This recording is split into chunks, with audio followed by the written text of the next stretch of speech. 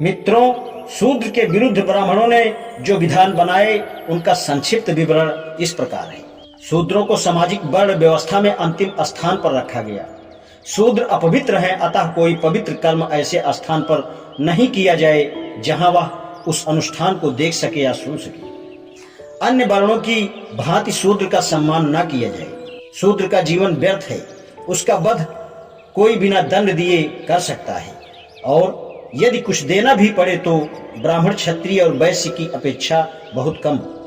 शूद्र को ज्ञान प्राप्त नहीं करना चाहिए, यह पाप है और उसको ज्ञान देना दंडनीय अपराध है। शूद्र को कोई संपत्ति नहीं रखनी चाहिए। ब्राह्मण जब चाहे उसकी संपत्ति को छीन सकता है। राज्य में शूद्र को कोई पद नहीं दिया जा सकता। शूद्र का धर्म अपने से ऊंचे वर्णों की सेवा करना है, इसी से उसे मुक्ति मिलेगी। उच्च वर्ण वाला शूद्र से वैवाहिक संबंध स्थापित नहीं कर सकता।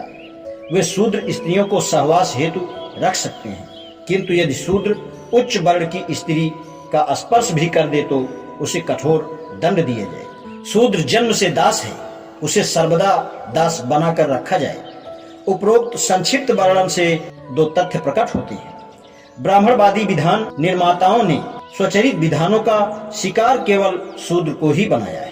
यह जानकर और अधिक आश्चर्य होगा कि भारत आर्य समुदाय में प्राचीन ब्राह्मणवादी साहित्य के अनुसार वैश्य अधिक दलित था, न कि शूद्र। ऐतरेय ब्राह्मण में इस संबंध में विवरण प्राप्त होता है। इसमें राजा विश्वामित्र तथा श्यापर्ण ब्राह्मण की कथा है, जिसमें कहा गया है कि पवित्र सोमरस पाने के सभी वर्ण अधिकारी हैं। वैश्यों के विषय में इसमें कहा गया है, अब यदि पुरोहित दही लाता है तो वैश्य का एक चूंट शराब का एक चूंट है, उससे वैश्य को संतुष्ट करो। वैश्य की भांति आपकी श्रेणी में एक पैदा होगा, जो दूसरों को कर देते हैं या जो दूसरों द्वारा प्रयोग किया खाया जाता है और जिसे जब चाहे सताया जा सकता है। प्रश्न यह है कि वैश्य को क्यों छोड़ दिया गया और सारी मार शूद्रों के ऊपर ही क्यों पड़ी। ब्राह्मणों को विशेषाधिकार प्राप्त होने से शूद्र के निकटतम वैश्य वर्ण भी प्रभावित हुए। शूद्र तीनों वर्गों के नीचे हैं और उन्हें बहिष्कृत किया हुआ है। ऊपरी तौर पर देखने से ऐसा लगता है कि तीनों वर्णों को शूद्रों का शोषण करने का अधिकार है, लेकिन तथ्य क्या है? वास्तविकता यह है कि क्षत्रिय और वैश्य शूद्र के विरुद्ध आवाज उठाने के भी अधिकारी नहीं है। तीनों वर्गों की अपेक्षा ब्राह्मण को विशेषाधिकार प्राप्त है। उदाहरणार्थ, शूद्र यदि कोई अपराध करता है तो ब्राह्मण को क्षत्रिय और वैश्य की अपेक्षा शूद्र को अधिक दंड दिलाने का अधिकार है। ब्राह्मण अपनी जरूरतानुसार बिना किसी अपराध के बोध के शूद्र की संपत्ति का हरण कर सकता है।